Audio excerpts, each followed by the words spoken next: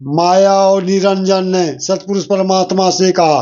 तब सतपुरुष परमात्मा ने कहे कि मैं तुम्हें जीवात्मा सब कुछ दे सकता हूँ, लेकिन जीवात्मा नहीं दे सकता हूँ तुमको।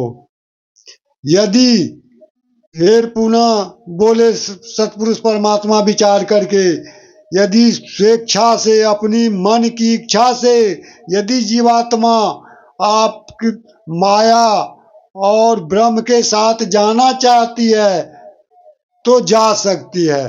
तो वैसे जीवात्मा हाथ उठाएंगे जो कि निरंजन के लोक में जाना चाहती है।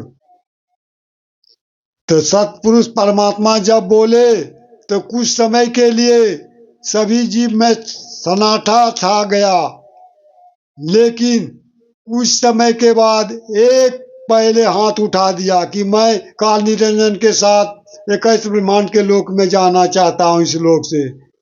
और एक के हाथ उठाने के बाद देखा देखी अनेकों हंस जीवात्मा हाथ उठा दिया। तो सतपुरुष परमात्मा ने ये जो पहले हाथ उठाया उसको आदि माया दुर्गा का नाम दिया, जो कि निरंजन की पत्नी बनी। और जो पीछे बहुत से हंस हाथ उठाए उसको दे दिए दुर्गा के सब शक्ति से ले जाओ, तुम अपना सृष्टि की रचना करो। कुछ जीवात्मा को तुम को दे देते हैं। और काल निरंजन को कह दिया कि जाओ कैस ब्रह्मांड के लोक में, और जिसे भवसागर का राज कहा गया है, और जीव की रचना करो, सृष्टि की रचना करो।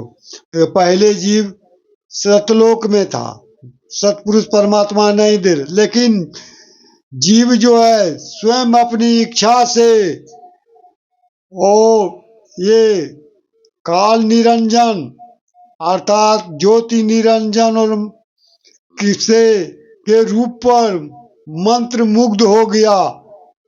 क्योंकि ये युवा था, जवान था।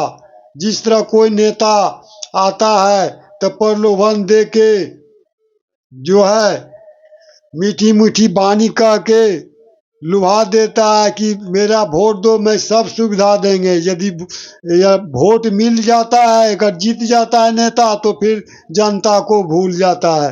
वही हाल ये काल निरंजन ने किया, छल किया सभी जीवों से, और अपने लोक में लाकर सबको माया के जाल में बांध दिया।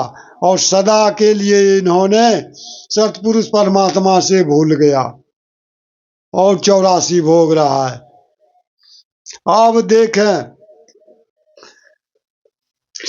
पाखंडवाद का कैसे प्रचार हुआ।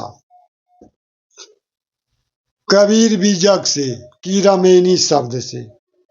गोस्वामी तुलसीदास जी कहते हैं, लिखे हैं, हरित भूमि त्रिमि संकला समुझी पराई नाई पान, अजिमि पाखंडवाद ते लुप्त होई सदग्रंथ। हरित भूमि तृण संकुला समुझ परहि नहीं पांत, अजिमि पाखंडवाद ते लुप्त होई सदग्रंथ। जिस तरह बरसात के दिन में जब दिन रात वर्षा होती है तो सभी जगह घास बढ़ जाती है, और जो रास्ते होता है, रास्ता आर के जिस आर के सहारे मनुष्य पैदल पगडंडी पार करता है, वो आर झपा जाता है घास से। भर जाने से रास्ता नहीं दिखाई पड़ता, जबकि रास्ता बना हुआ है, लेकिन घास बढ़ जाने के कारण जो है घास से रास्ता पगडंडी झप जाती है। उसी प्रकार पाखंडवाद से सदग्रंथ लुप्त हुआ। जिस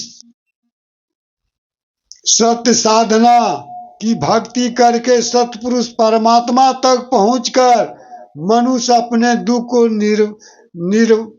निपटारा करता, अर्थात दुख से छुटकारा पाता, वो रास्ता पाखंड बांध के स्वरूप बंद हो गया और सतपुरुष परमात्मा का रास्ता भूल गया और माया के जाल में विषय वासना भोग में फंस गया।